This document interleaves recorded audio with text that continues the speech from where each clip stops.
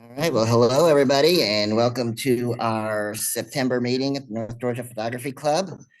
Um, we've got a new setup here that so far is working, so that's good. We've got a lot of stuff we're going to discuss tonight, some interesting things. We've got a lot of events coming up. We got Robin Davis here with a very interesting presentation for us. So we're going to go ahead and get things started.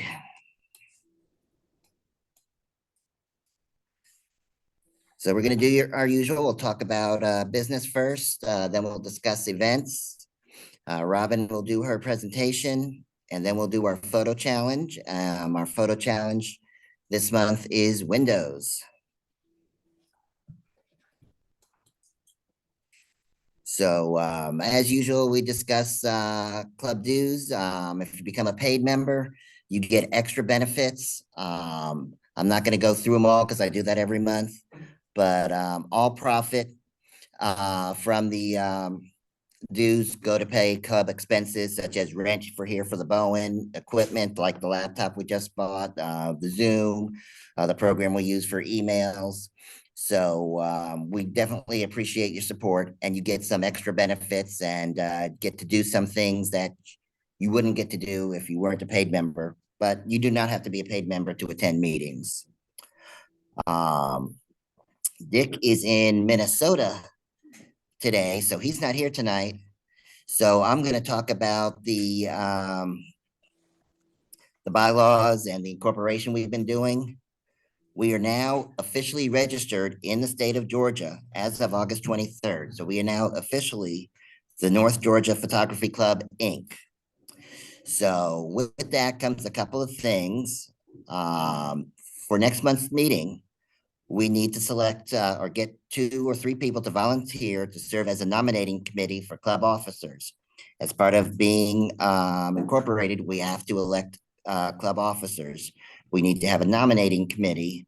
So if you're interested in being on the nominating committee, just speak to me or to Dick. And of course, if you're interested in being a club officer, you can speak to me, you can speak to Dick, so that way we can get that information to the nominating committee. As of right now, we have 3 offices, which are president, which is what I am, obviously, treasurer, which is Dick's position, and then secretary, which is Star's position. All the other positions are going to be volunteers, but only those 3 are going to be elected. So the October meeting will select the nominating committee, and then at the November meeting, we will have the elections. We'll also do that online. We'll either do it through email or the Facebook page so that paid members who can't make it to the meeting can vote. You will have to be a paid member to be on the nominating committee or to vote for the officers. But that's just one of the things we have to do now, being incorporated.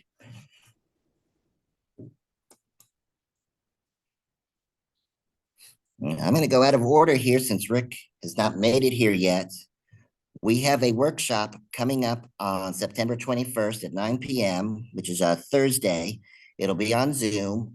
You've all received, well, workshops are for just paid members, so you've all received 2 emails about this. Basically, with this critique workshop, you can submit up to 2 images, and then we have 2 club members, Peter Ciro and Stephanie Hun, who will critique these images. They're professional photographers. They're going to give you suggestions. They'll tell you what you did good with your picture, what they think you can do to improve. It's very educational, very fun. This is going to be the 3rd time that we've done it. Everybody has liked it. You're going to learn a lot. So you can submit up to 2 images.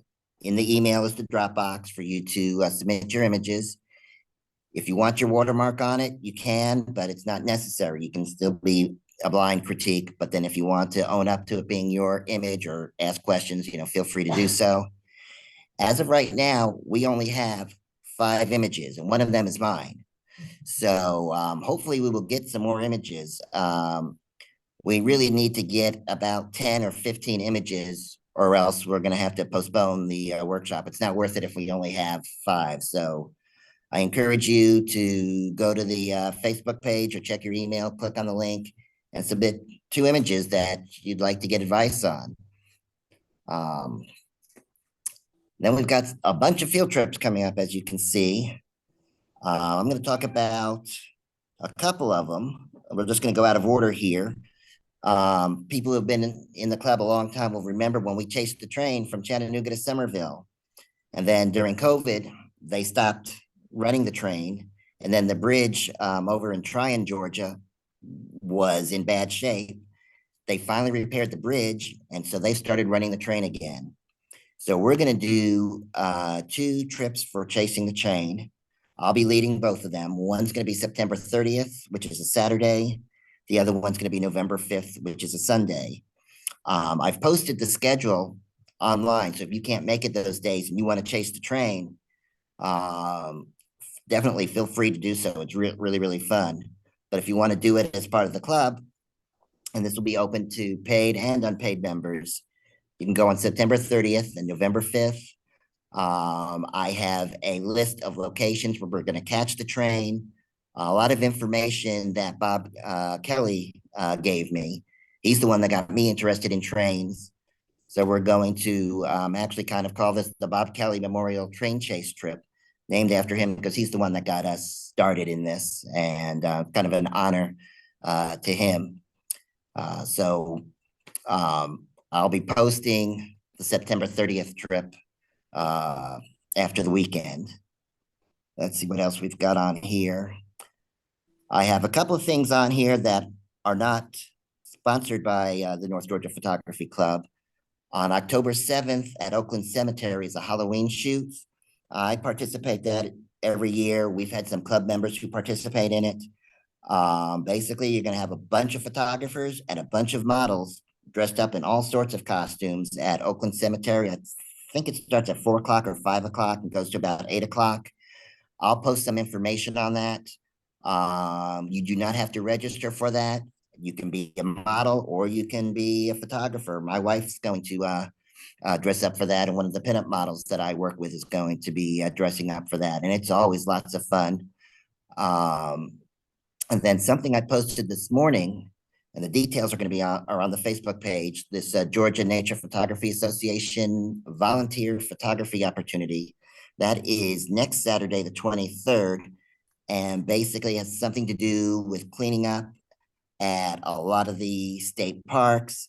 They're going to be having some information, and they're just looking for photographers to basically capture what's going on.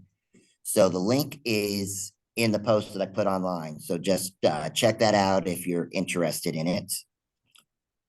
And then since Rick's not here, I'll do his part. So we've got, let's see, what do we got? On October 28th, it's going to be our fall colors trip. We're going to be going to 3 waterfalls, possibly a 4th if we have time. So we're going to be going to Dix Creek, DeSoto Falls, and Helton Creek. And then if there's time, we may try to go to Vogel State Park, but that's always crowded that time of year, so we may skip that. And then he is planning a trip to Old Car City in November. I think tentatively November 18th, which is the Saturday before Thanksgiving. But watch for that. He's also going to post the fall color trip next week. And then he's also trying to plan a holiday lights trip in December. We're just trying to figure out where's the best place to go, kind of something centrally located for everybody. The Old Car City trip and the holiday lights trip are going to be in conjunction with the Cobb Photographic Society, as we've done a lot this year. The train chases, we're the ones who are doing that. But folks in the Cobb group, I know several of you are online now. You're invited to that. I've also sending an invitation to the Rome group. We have a lot of members who are also in the Rome group. So you're all invited to that. The fall colors trip, though, that's going to be for paid members only. That's why there's a little asterisk there. And that's all I got. What I think we'll do is we'll turn it over to Robin to do her presentation. If we have any issues with the internet, Rick will be here and we'll connect everything. And then if he wants to talk about the fall color trips after Robin's done talking, we'll let him talk a little bit. And then we'll go and do our monthly challenge. Rick is here now. Rick. They're tired of hearing me talk. Come here. I brought the beer. All right. Everybody, Rick Olson. We're talking about the trips. So. Oh, good timing. And right now the internet is working, so we're not going to connect this unless the internet stops working, but at least we'll have it if we need it in the future. All right. $72 worth of why in the world do we need this? And that is what your club dues go for. I want you to see where your money's going. Says Gizmo, $68 plus tax. So Carolyn, my friend, is ridden up with me. I think somebody here knows Carolyn pretty well. So really we're talking about? Yeah, we're talking about the trips. Right, can you hear Rick? Rick? All staring at me. So what? Yeah. Oh, yeah, we can people hear at home him. here, Rick? Where do I need to be? Might need to be over here because we don't have the microphones. No, I can hear him. All right, they can hear you. Are you sure you can hear me? Because I can Yes, hear you. I can hear you very well. All right. So first of all, I want to say thank you. Many of you turned out for Judy Gormley's Gibbs Garden trip, which was a combined CPS North Georgia trip in September. Had a nice visit. I think there were like 18 of us there for the two clubs. So good time, a lot of great photos taken. I'm going to share ahead a little bit what's going on in 2023, field trip wise. The next one I'm responsible for, and what I'm going to do is I'm going to cover mine. Did you already talk about yours? Yeah, and I talked about yours too, but now you can go more detail. Oh, okay. Okay, well then I had a punchline in here about trains that I can't use now, which really sucks because I stayed up late thinking about it. Use it. It's too late. We've already been Out of joking the about bag. trains. Hi, by the way. Good to see you. Basically, we know where the train is going. We know when it's supposed to get to certain places where you get a photo op. So you get ahead of the train, wait for it to get there, take your pictures. Then you get ahead of the train again, get to the next spot and take a picture. And then you just keep doing it. And you do not break any traffic laws. You There's a don't. joke there.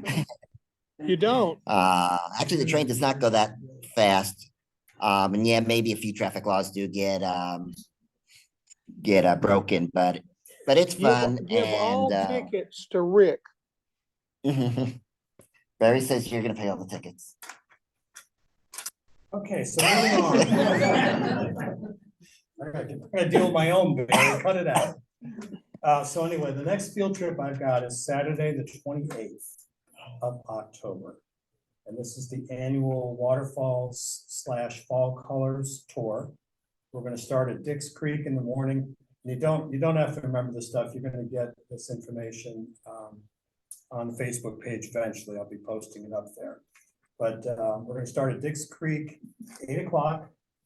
It's a great location for early morning light with a beautiful waterfall. And from there, we're going to hit probably the upper DeSoto Falls and then on to Helton Creek Falls. By that time, it'll be early afternoon. Some folks will want to go back to Vogel and fight the gazillion people who are going to be in Vogel State Park on a Saturday during peak colors. Good for you. I'm going to keep going the other way and head home because I'm not doing that. But anybody who wants to do Vogel, that would be your fourth stop. November, we're going to do Oak Car City. The announcement for this will be coming out probably in late October, but I can tell you now the date's going to be November 18th. And that's an easy one. It's 9 o'clock in the morning. That's when they open. And hopefully we'll have a little bit of a group lunch right across the street. There's a really good greasy spoon over there that goes straight to your arteries. Anything you eat there, guaranteed. And then finally, we're talking about December doing some kind of Christmas lights type of a deal. And we're still kicking around some ideas. The obvious choice is always the Atlanta Botanical Gardens on Piedmont. The challenge with that is really multiple. One, it's very expensive. Two, it's even expensive to park there. And three, you and half of Atlanta is gonna be there walking around in that place. So trying to get any kind of isolation on things you're photographing is very difficult there. I know that our guest speaker tonight really loves shooting in that kind of environment, but most of us don't. So we're looking for alternatives, and honestly, if you know a place that does really cool Christmas lighting, where a group might be interested in going and doing some photography, let me know. Drop me a note, hit me in IM and Facebook or whatever, or email me, okay? But we're looking through several options. There's actually dozens of choices in Georgia for Christmas lights. But most of them are either drive-through or they're really, really small. Like the one in Gainesville is only 20 trees that they decorate, I guess. So we're trying to find something cool. Honest to God, one of my favorites that I would really like to try one time is Callaway Gardens. But man, what a drive. Even for me in Cobb County, that's a 2-hour drive. So for most of you guys, it's 3.5. But that place is fantastic. They do a really good job on the Christmas lights. It would have to be an overnight. I mean, you'd have to plan on it being an overnight deal. So we're still kicking it around. Look forward to hearing any feedback from you. Otherwise, that's what I got. But yeah, definitely it's gonna be an active last part of the year. We haven't had a lot of stuff the last couple months, but now we're gonna hit you with it in the fall. All right. So now I'm gonna make this so that Robin can share her screen and do her presentation. You should be able to share your screen.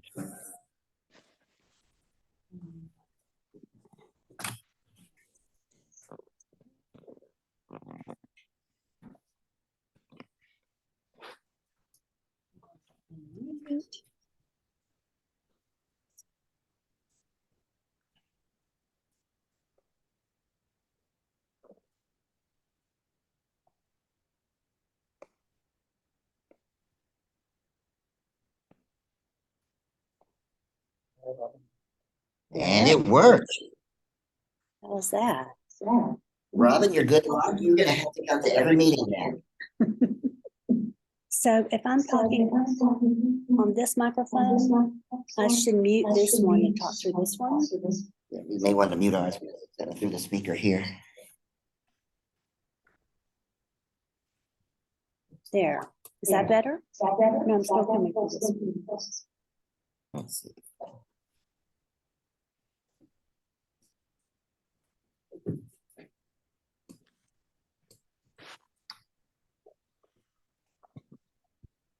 All right, try it now.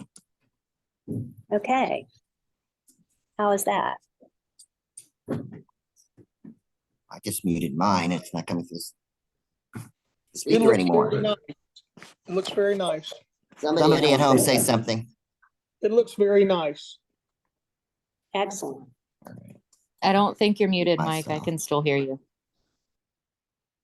I I think can hear, he's coming through my microphone. I can hear you. All right. Well, thank you, everybody, for being here to see me tonight. I've never done a dual presentation, and so this is really exciting. The title of my talk is Seeing the Creative Spirit in Nature. And what I hope to do is to inspire you from this to go out. Maybe you'll see some ideas that you like. I'm gonna let you know what I was thinking in the moment with some of these images. And my hope is that you will put together your own plan to create something from nature that really inspires you. And it's very important to know what you like. I'm going to show you a lot of stuff that I'm very respectful of other people's ideas and styles. When I'm judging competitions, I look for the personality, the unique persona of the photographer to come through their work. And that's really what this talk is about. It's about finding what you really, really love. And nature is so inspiring. And with our camera, we can be fully in the moment. It is a tool that connects us to the world. And we are put in a mood. And we see things when we look into the mysteries of nature.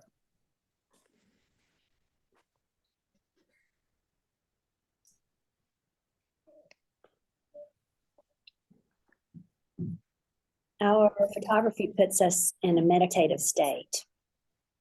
And this shot that I'm showing you here, it's directly out of the camera. It's using fall colors and the water surface patterns to create a painterly, more abstract feeling. On purpose, I'm not having the actual tree or any foreground, just the surface of the water alone. So as an exercise, I'm moving in closer and closer and closer. I'm using my full frame. And I get into this almost Zen-like state when I'm composing. Here, the zoom lens is zoomed all the way out.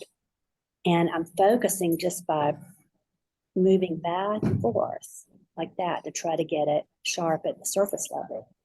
So the only bit of reality here are these little leaves on the surface. And that's really the only hint of reality, I think, that's in it. I love fog more than anything. I pray for fog. And it's a glamour filter on the world. So wherever you are, whatever's going on, even if it's in a city or anywhere, if you see fog, please go and take pictures. You will be so happy, I promise you. This photograph, obviously from Jekyll Island, was taken on the last rays of sunlight on the last day of the year. So for me, it was very poetic closing and beginning of the cusp of the year. So it has a deeper meaning for me as well. Now, when you're showing your images, if you have a story or something that connects the viewer to your experience, I always encourage people to write captions, to write little stories about their experiences to go along with their work, and to have an artist statement. This nature series had to be in black and white because, as I wrote in my artist statement, the intention of the series is to show the shapes and geometry of natural forms and the way they grow and unfurl. And you really see that best in black and white. And because I did so many, it really helped me really professionally to be able to license them for different things because they all fit together. A lot of these are negatives, they're reversed. And the other thing that holds this series together is there is no horizon line. I intentionally either had a dark background or exposed to have the background more simplified. And these were licensed for a fashion show, for a showroom, these big curtains where they overlapped. And I don't have a picture of that, unfortunately. I wish I had done that, but at the time I didn't know that you could print on all these different surfaces. You could print on silk, and that really started me thinking as well as, how am I going to make my final presentation? What am I going to be printing on?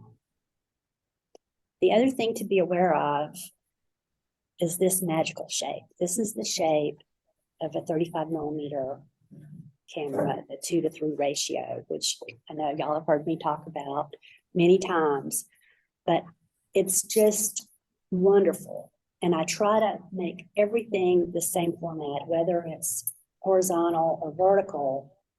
I love this shape. And when you put shapes into the shape, they start to talk to each other. Something magical happens. And the great old photographers knew this secret. And this was in a show that I saw at the High Museum, where they actually showed the back of a Cartier-Bresson print, where he would put the stamp on the back and said, "Do not crop, do not change my caption. This is what I saw. This is my full design." And it says right here, photograph must not be altered by trimming. And many photographers that shot film, this is a shot that I did that's called Love Tree, was on black and white film. It has an infrared look, but it's not. But this black outline is the edge of the film. And I'm saying, this is the real full image. Everything that I wanted in here is because I let it in, and everything that is not in here, I intentionally kept it out. This is my design. Do not crop, do not mess with it. And I'm very thankful that the 35mm film ratio is 2:3, because just by the simple act of getting closer to your subject, when it fills this magical shape, these little lines and connections start happening, and the shapes within this frame will just magically start to talk to each other. It's better to do this in camera than to after crop. So compose your frame in camera. Do not ignore this harmonic area you have been given.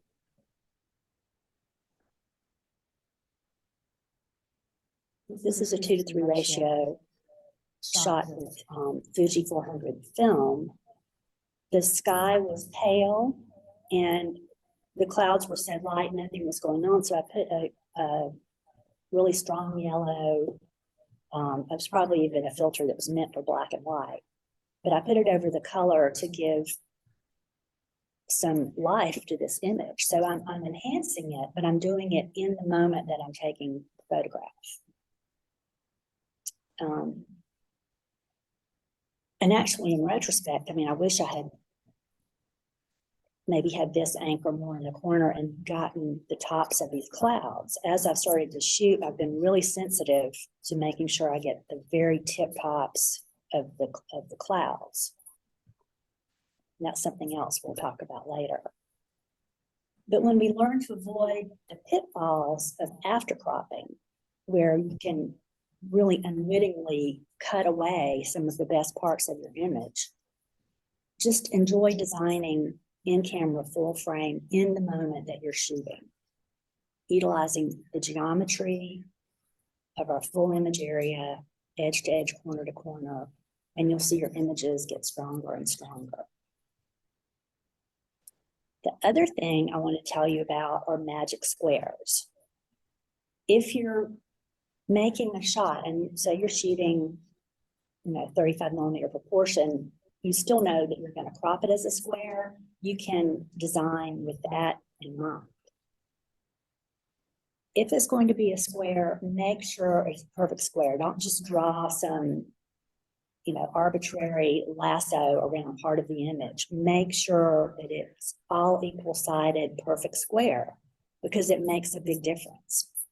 And any combination of the square into a taller vertical or a panorama, you can have 4 or 5, however many squares you want. That works. The magic happens with the power of the square. And if you look here at our 2:3 ratio, guess what? It's a square with 2 little squares.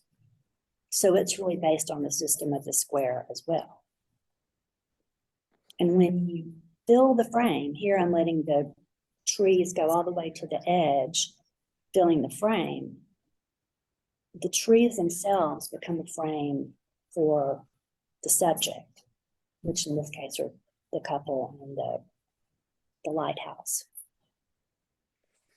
But these strong diagonals like this will start to occur. And I'm also careful to have some weight at the bottom of my image. That's another thing I'm going to tell y'all later on. But once you pick your format, then you can enjoy composing in camera. So before you go out, kind of have in mind how you want to see your final image ratio.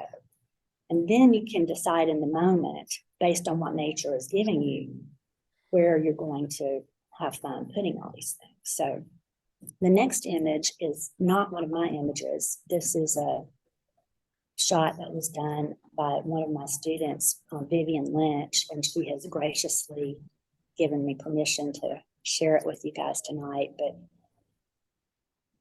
this was in also in a competition that I judged. And I was looking at it and I was like, wow, that is almost a perfect, well, I thought it was a perfect cinematic panorama, slightly wider than the 2:3 ratio. So I took the liberty, so you can see these little slivers here on the side. I took the liberty of stretching it to fill that shape. That now is a perfect harmonic shape. That's it. This rectangle. Well, if you take that shape and make it a vertical, it hits right between these two trees. And it gives us a square over here. If you put a square here, then this shape is the same proportion as the overall outside shape. So as you can see here, when you do this, things align. And I asked her about it. I said, why did you? She said, well, you know, when I was looking at it, this is what just felt right. And these trees, this reflected tree here, puts another square, gives us another square. And if you do a perfect middle division, each 4 of these, which is a division of the image, this horizontal line here is the horizon of the back of the image, right, of the horizon line into the forest. Well, when you start putting all of these subdivisions together, something really cool starts to happen. And you can do it with circles too. These are, you can see here where this reflection is creating the arc of a circle that intersect and make a perfect vesica pisca that lines up on this other square line.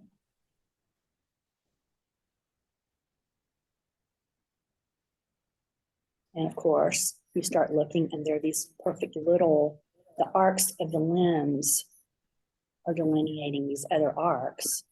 Okay, so yeah, I went a little bit crazy there with the circles. But, this is the substructure of the design of this scene. And all of these lines are there to our mind's eye. It's there.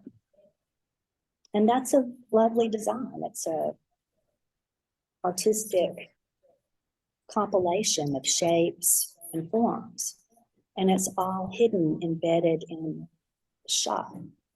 And I love diagramming photographs. When I would work with students one-on-one and we start looking at images, we get to diagram them and see what we were seeing in the moment that we took the photos, what felt right. And of course, when you're standing there in nature, you're not saying, oh, you know, here's all the stuff.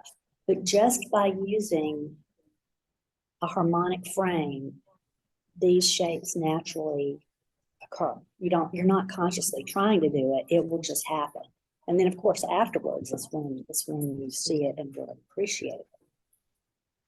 So use the shapes of clouds to interact with other elements of your image. the circle and the square format, and his staff and horizon line are creating an intersection with the circle of the cloud. This cloud is very important to the composition of the whole photo. Without these clouds, the photograph would not be as strong. And then what's really weird, clouds start to make fun of you and mimic parts of your image. And this really will freak you out. Here, the clouds are mimicking the shapes of the hills. And then this blue dog statue is starting to appear over here in this cloud, which I did not even notice until after I had taken these photos. So the more that you're aware of clouds, and yes, I'm one of those people that loves to find shapes in clouds, I honor them and I make sure that I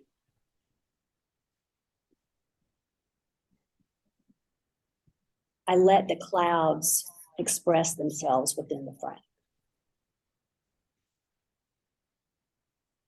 And when you start looking for fun alignments, it's a very, very fun exercise.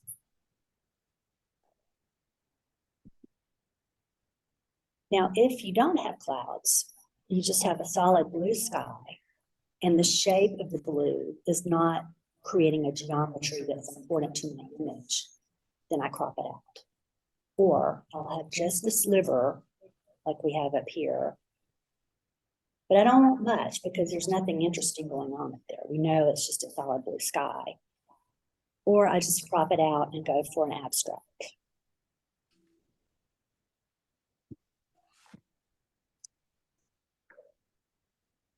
The other thing you can do is choose your tonality. And you can do a fall series with fall colors. You can do spring colors, but a consistent palette is another way to unite your series. So like my black and white nature series that all fit together, I would only show black and white images with the same tonality, same frame, the same everything. If you switch from color to black and white within a series, I find it to be jarring. I mean, I start getting into the tonalities, and then all of a sudden there's a lot of color or there's no color. It sort of takes me out of the reverie of what the photographer is telling me. So I try to just choose one color palette. This is a series called Images from Tuscany. There's flowers, scenes, architecture, people, all types of subject matter, but they all have colors from the Florentine Tuscany paper colors. And so I tried to design within this palette of sort of jewel tones, I guess you would call them. So all these different subjects fit together by this color. These were all squares, all blue and green. Carolyn, you were in the show at PB&J when I had those images. So I did 3 rows of 3 squares, making a square. And then they all fit together. And then each image has a secret pair. So people had to look at them and try to decide which images had a secret pair. This, I consciously cropped out the horizon line because it took away from the action. There was too much going on and I wanted the action to come back to the bird, so I was very careful to not have the horizon. This is a sort of an emerald monochromatic recipe that I made. This is at Cumberland Island. But I wanted to have some color, but I didn't want it to be full color either, so that you could really see the shades that were happening. I was also careful to expose for the highlights and just let the shadows go dark. and fall where they may. This was foggy sunrise that was sort of purple, so I just saturated it. It was for a purple and green dining room that interior designer did. So it was really big on the wall. And it was interesting because it's a very traditional scene. It was in a house that was actually near here. But the colors are unexpected.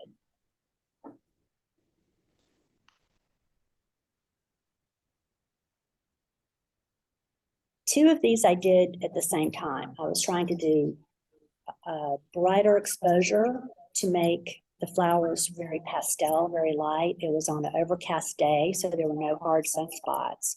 But I was overexposing it and trying to lose the background and blur out with depth of field. So I did two of them. Well, then the other day, when Mike, you asked for a longer image, I said, well, I'll just do another one. And it's very hard. I tried to go back and do another one, and I was like, oh, I can't do it. So I walked back up on my porch and I said, you just have to get your mind right. And I went back and I remembered what I did before. I overexposed it. And then, that took out there's no real dark blacks or anything here, right? So this is the new one. These were the two that I did long ago on the same day. So do you think this one matches? The big screen is a lot bigger than your screen. Oh, wow. Do these other ones look okay? Much paler. Well, any of these that you want to... Okay, that's way too light. There's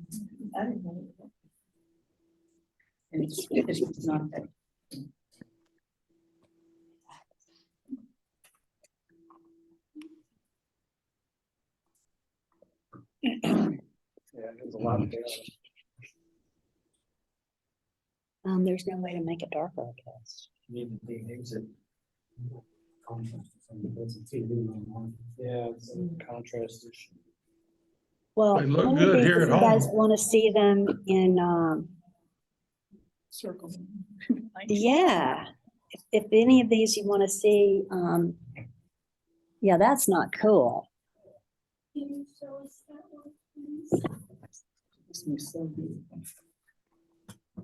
More contrast. These are all of my images that I'm showing you are very dark in reality.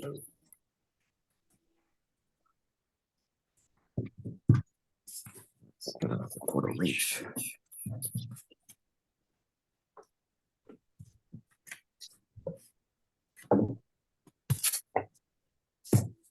All of that.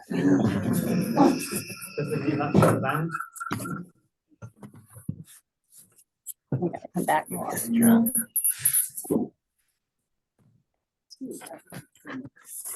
gonna put the chair here too, just as a So reinforcement. everybody on that side move over here. We can see this laptop screen. Yeah, you can fix your screen there.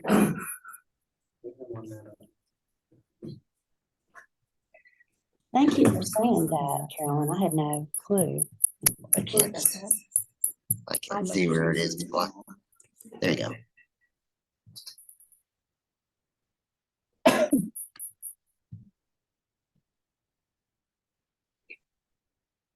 When this was full color, the water droplets were not as visible. And the water droplets were actually the subject of the photo. So I just desaturated it enough to make it monochrome, but you still know it's yellow. You have the feel that there's some yellow there. Don't look at that one.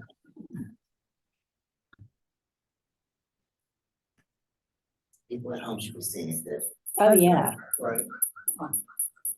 Well, however good their monitors are. Yeah. A lot of times I desaturate green because it can fight with the colors. And if I'm photographing flowers, I make sure all the blossoms are good, that there's not a rotten one in the bunch.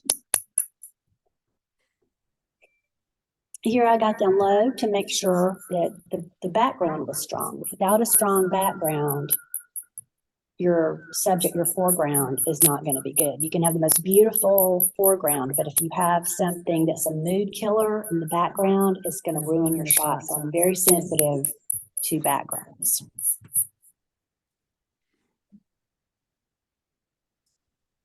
The other thing in nature, or really any photographs, yes, you're out in reality, but we want things to look even better in reality. We have to have some mood or mystery or something that takes us beyond the everyday. And exposure is the best tool you can have. If you create with the exposure you want, you can make them lighter, high key, really dark and moody. What your camera is telling you is the right exposure may not be what you want. So expose for the highlights, for great drama, and let the shadows fall where they may, is what I say. And this image was on a very normal sunny day, but just by making it dark and exposing for the brightest little spots in the sky, it made it dramatic. In reality, this was all very light. I didn't want to blow out the highlights right here, so I made a very dark, moody exposure. And in this case, I think it leads your eye back and up into the scene. The other thing that creates drama is scale. So if you can have a person or something that lets you know how big something else is in the image, I look for that. It probably would have been more dramatic if I'd had Bill standing under the tree on this side, actually. But I composed, I wanted more foreground here. So this little piece right here, I would retouch that out rather than tilting the camera up. When I'm looking at competitions, when I'm judging competitions, one thing that I see consistently that images suffer from is not much of a foreground. There can be maybe too much sky at the top and not enough of a base to anchor it. So while I'm also trying to get the tops of clouds, I also try to make sure I have a firm foundation. And this is a cloudy day that's turned out to be a monochromatic color, monochrome in real life kind of shot. I'm also aware of little rainbow refraction things that can happen. This is the last ray of light in fog.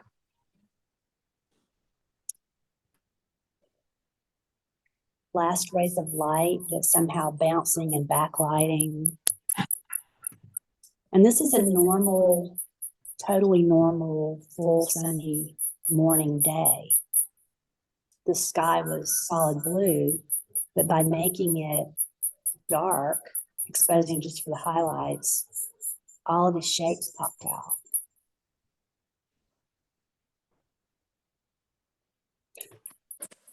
This also is infrared.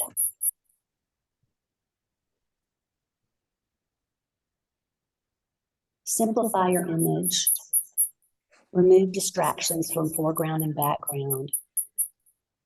If there's something that's not pretty in your picture, like scraggly weeds or something like that,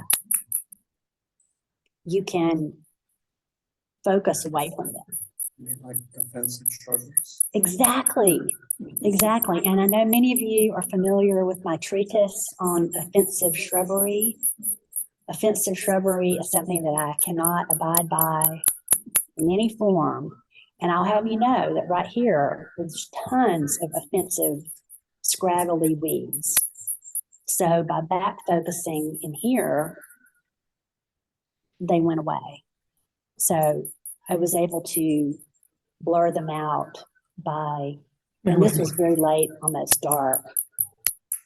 So my lens was very wide open. I was able to lose depth of field in the foreground, which normally I don't want, but in this case, it helped me. In this case, these were scraggly, ugly weeds right here. And the reflections in the duck were cool. So I focused on these, and these just magically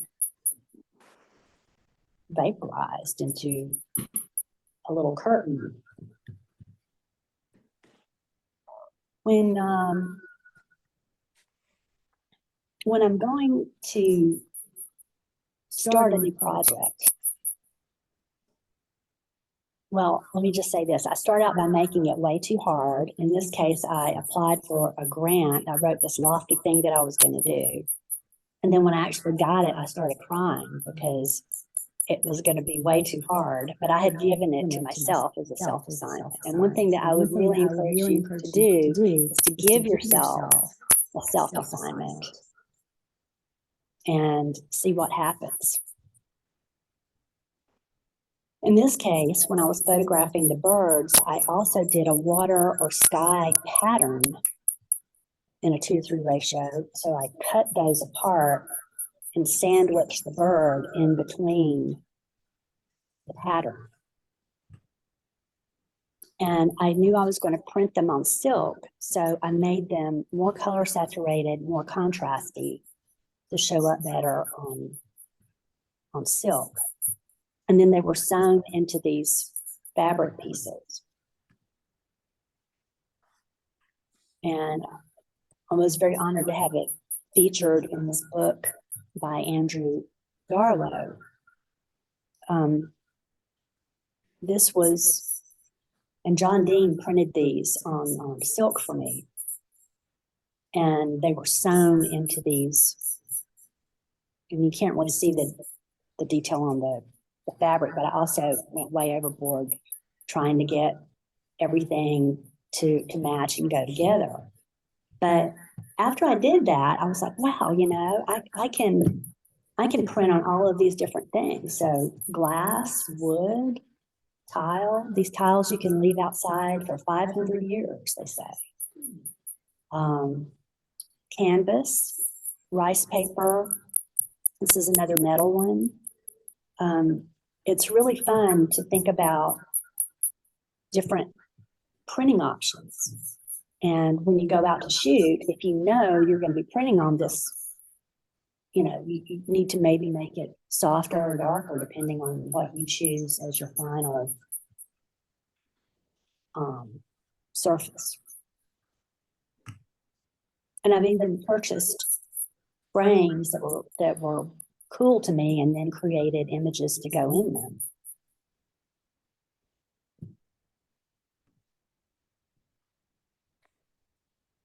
Like various brushes for an artist, certain lenses do different things. And again, this was like the one that I showed you at the beginning that had the water reflections that gave it a painterly feeling. And I know you guys know how to do long exposures for rushing waters. And to get it just to that point where it looked like brush strokes, not too sharp and not too blurry, it's hard. You know, you have to keep trying and experimenting and struggling until you get exactly the moment of time that you want for the effect that you want. I urge you, when you're trying things like this, take notes so you remember what you did. Even if it's just scribbled on a little piece of paper or a napkin, just by writing it down, your intention or even your exposures, it really helps.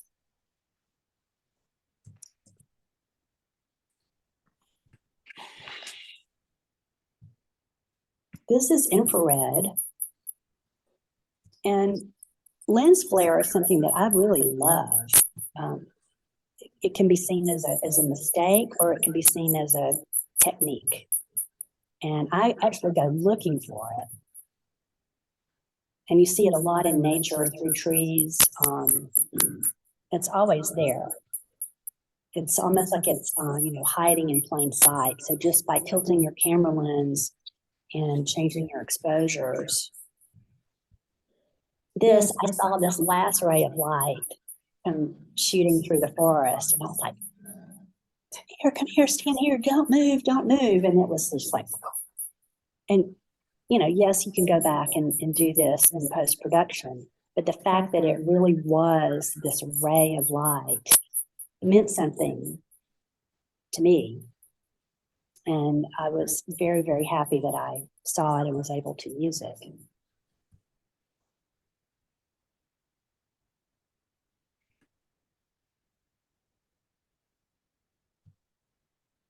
The next few images, I have just a few more, but this image on the left is right out of the camera. It's an infrared where I sent a digital camera away and they switch out the normal sensor with the infrared sensor. And it lets you see architecture in trees, the shapes of trunks very sharply, but the leaves just go away and become very light, and they don't hide the tree trunk. So you really get to see the shapes of trees, and I love it for that. This on the right is the same infrared type image that I just made black and white. So even in the camera, I'm able to see things that normally you would adjust or bring out in post-production. If I can do something in camera, then I'm very, very happy. I feel like I've gotten away with something. And as a final example, I'll show you the shot that I did that is I call it the opening of spring. This is the original image right out of the camera. It's a Fuji digital camera, but it has settings where you can do artistic settings. There's a glow. I use the glow setting. It's very low light. We snuck into my neighbor's yard, which was really fun. And what I wanted to do with this example is show you what the final image looks like. So this is the right straight from the camera. This is all I did to it. Here you can see out into the street. So I just darkened that, and I brightened her hand a little bit. And of course I had to add the butterfly because they're not good models. So that's all that I did for after. Can y'all see it?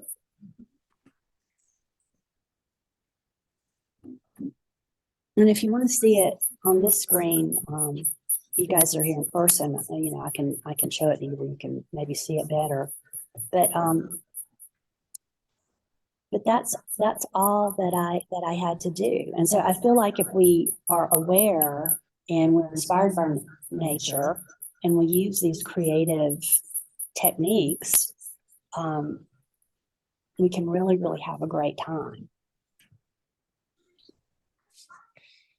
And I encourage you to take this as a challenge to start a series. It can be a series of 3 images that fit together and maybe build from there. But what I would like you guys to do, and I've made some printouts here, and I can send it to anybody that would like to have it. So I'm not going to read all this to you right now, but it's just sort of an overview of all the things that we talked about tonight and what I'm looking for when I'm out there in the world of nature. And that is all. Thank you, Robert. Oh, not that one, this one, sorry.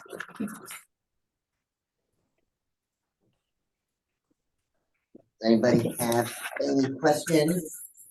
First, let's do the in-room and then we'll do people online because I'll have to turn up the volume so we can hear people online.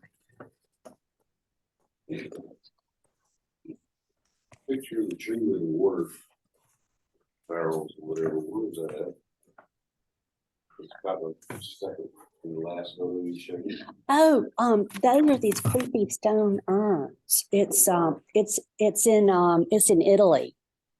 It's in this creepy garden that I love in Italy that I never get tired of going to.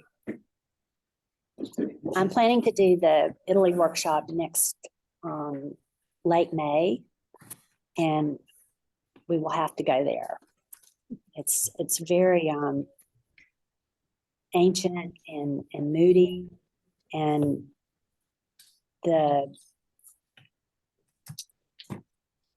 it was this nobleman, and there were all these boulders there, and they're all carved into these amazing animals and dragons and things. So there's all this other stuff there besides that that's very mysterious. It's called Bomarzo, the Monster Park. I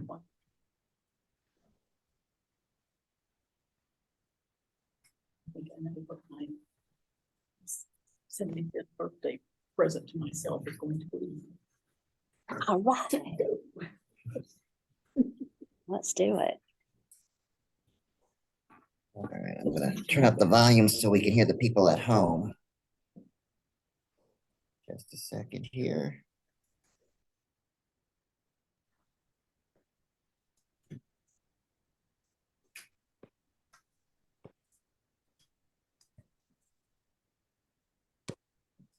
All right, does anybody at home have a question?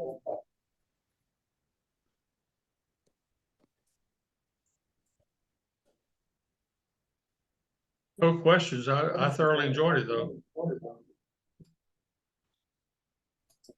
What? He said he enjoyed it. Oh, thank you. Thank you. Yeah, I second that. That was a great presentation. Thank you. Thank you, Adam.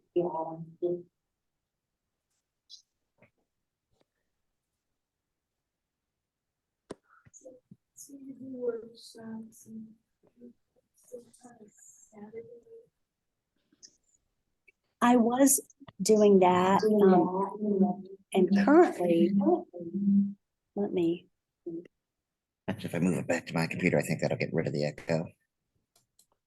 so I can talk and be heard on that computer. Yeah, let's see here. Go ahead and stop your sharing. Oh, I did stop sharing, Oh, but okay, my microphone is off. okay. So yeah, I'm not doing the photo party currently. We are gonna have a December.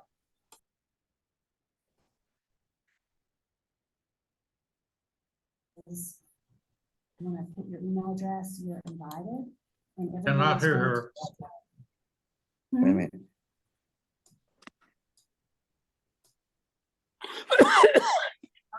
Robin, you're muted. There you Okay. go. I might have to Okay. speak by mine. I have to stand by my computer.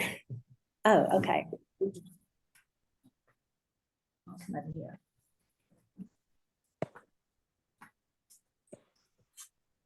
So you guys are invited to come to the December last photo party of the year, and you're to bring your favorite image or up to 3 favorite images from the year to share. And people send them ahead of time, and I put them in a slideshow, and we talk about them, and it's a very fun, funny, irreverent group that that I think you would like. But I hope to start doing them again every month next year. I just got way too busy with travel stuff to do it, but sign up and I'll be sure y'all get invited to the December one. And I hope to do a workshop in Cortona in Italy, the little town that we go to, in late May next year. I have coastal workshops. There's nothing currently posted. I have cards and flyers where you can sign up to get alerts. And once I have things together, then I send out a notice about it. So if you want to do that, that would be fantastic. And then the other thing that I have not yet put up on the site yet is a model costume shoot that I do every fall. One will be out in nature, and then another one will be a little bit more mysterious. So I hope to do two in October, and I was going to say late September, but we're already, that is already upon us. But please sign up, and I'll be good about keeping you updated.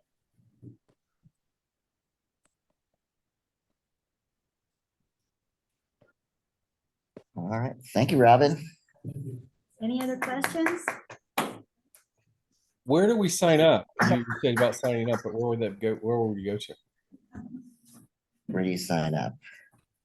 Oh, you can go to the Third Eye Photo.com.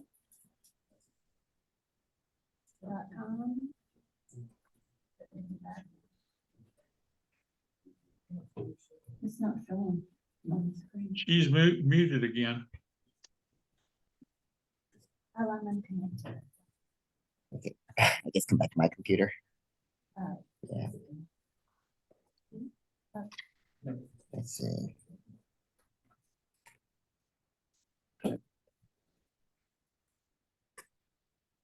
Now my background's making it disappear. But it's the Third Eye Photo, THUTHIRE photo.com. I'll post this on our Facebook page over the weekend, so people who are interested can have that information. Well, I have one last question for y'all. Does this spark any ideas for you guys about subjects or places or techniques you might want to try? Yes. Mhm. Good. That makes me very happy to hear. I think that I've heard you talk these things before. It's not new to me, but you get into ruts, you get into habits, you get away from ideas, and sometimes it's just good to hear them again. Hearing about composing in the camera, forcing myself to think more about that again. I think that's a good takeaway. I find myself doing a lot more cropping, those things that I want to do, and giving up pixels. Right? Yes. So better to collect it the way I wanted it in the first place. And also because you're being more thoughtful about it, the composition almost has to be better. And you could take the challenge to not have to crop it off, which I highly recommend. And it makes you engage more with your subjects, just if if you're standing and taking a photo too, also if you just get up higher somehow or get down lower and change your viewpoint, then different alignments start to come in frame as well. Excuse me, but Robin is muted again and I can't hear her. Uh-oh. You can unmute yourself. Okay. I was just saying that. Uh-oh. We're overarching. I'll come back over.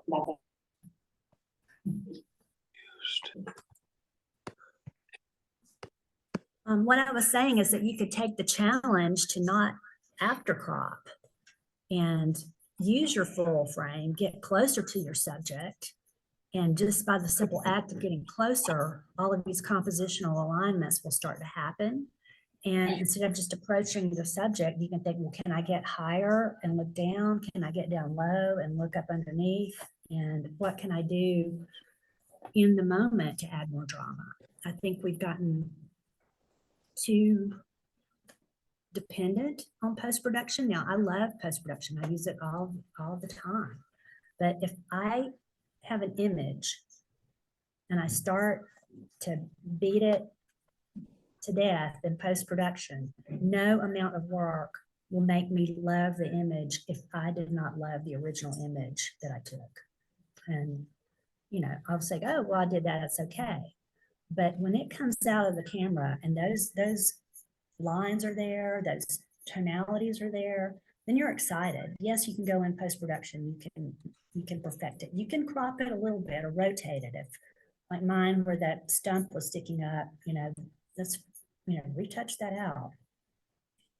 I'd rather do that than crop away my foreground. And as you're shooting, add more weight at the bottom.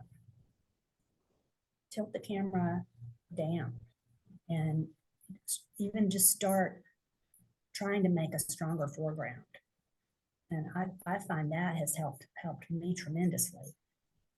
So anyway, thanks for asking.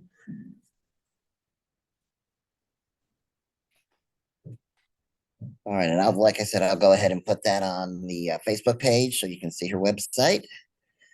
Thanks again, Robin. And if things work out right, we're going to go ahead and let Lisa start the presentation, the monthly challenge. So, Lisa, you should be able to share your screen.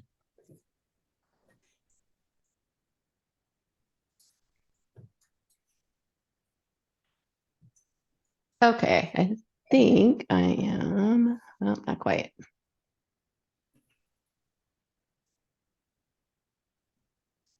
Are you able to see my screen? I can hear you. It says Lisa saying. Can you see my screen screen? share, but we don't see anything yet. Black. It says Lisa Saines has Hmm. screen sharing, but it's black.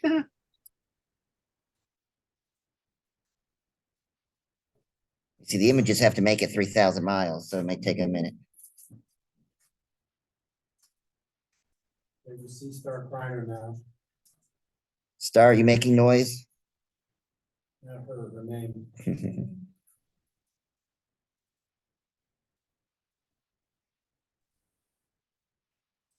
Should the Mac be disconnected from this point? We could, or if you just turn your volume down, then we won't have the feedback. It says my screen share is loading, so. I was muted. I was muted.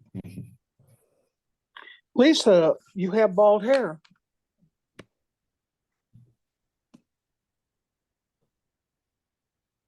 Thank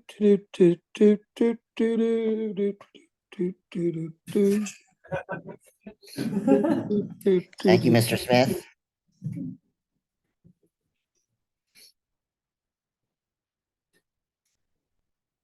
All right, I'm gonna try this one more time. I think I've got an unstable connection, so let me try one more time sharing. For the record, that's not us here at the Bowen. We have a really good connection tonight. That's Lisa in Arizona, okay?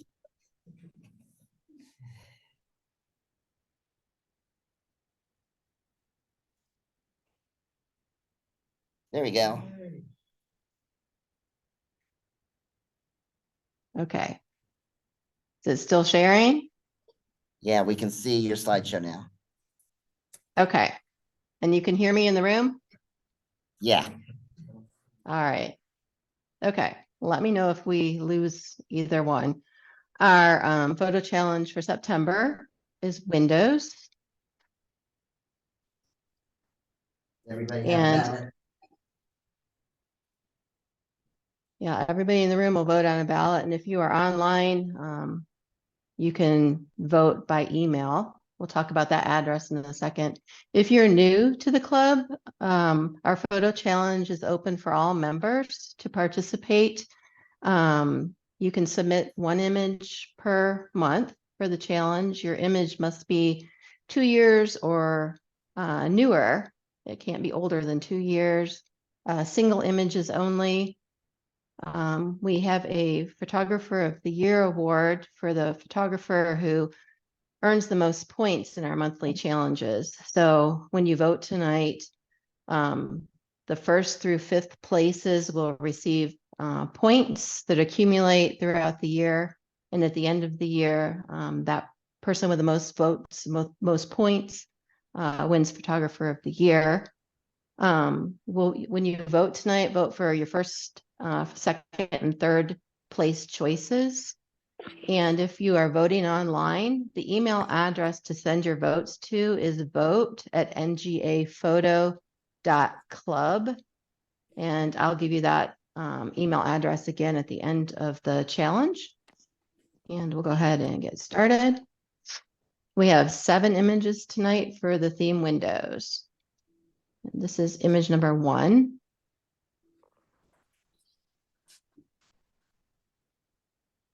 We'll go through these 3 times. 2.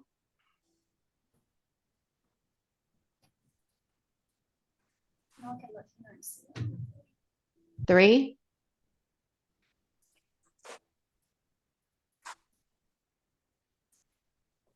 4.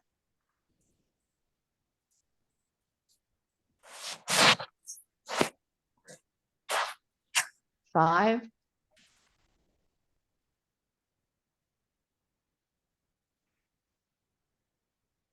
6.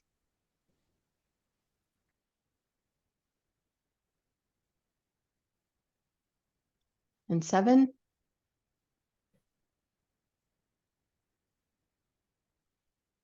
Backwards. 6.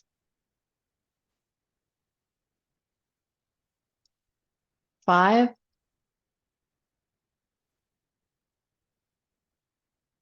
4.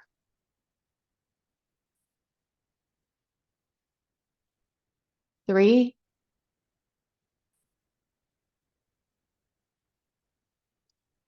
2.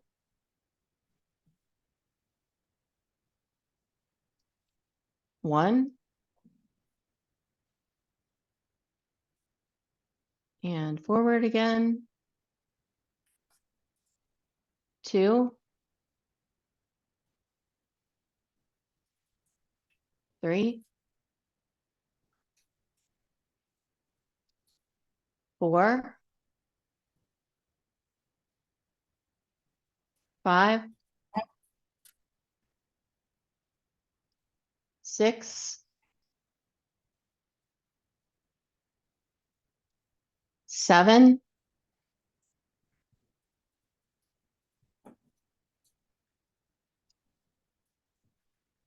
'Again, if you're voting online, please send your votes to the email address vote@ngaphoto.club.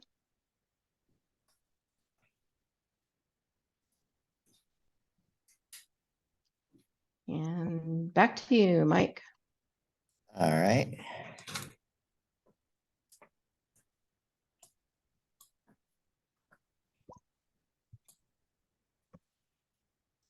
So you got a couple hours to go ahead and get your votes into Lisa. Next month, our meeting here at the Bowen, October 20th at 7 p.m.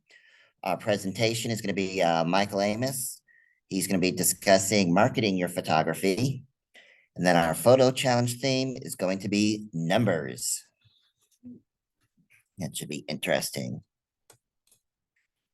And that's it. Thanks for coming. Appreciate seeing everybody here and everybody at home. I think it went a little bit more smoother. We've got a few things to figure out, but this was the best meeting in a while. So technically wise. So thanks everybody and have a good evening. And we will see you in October.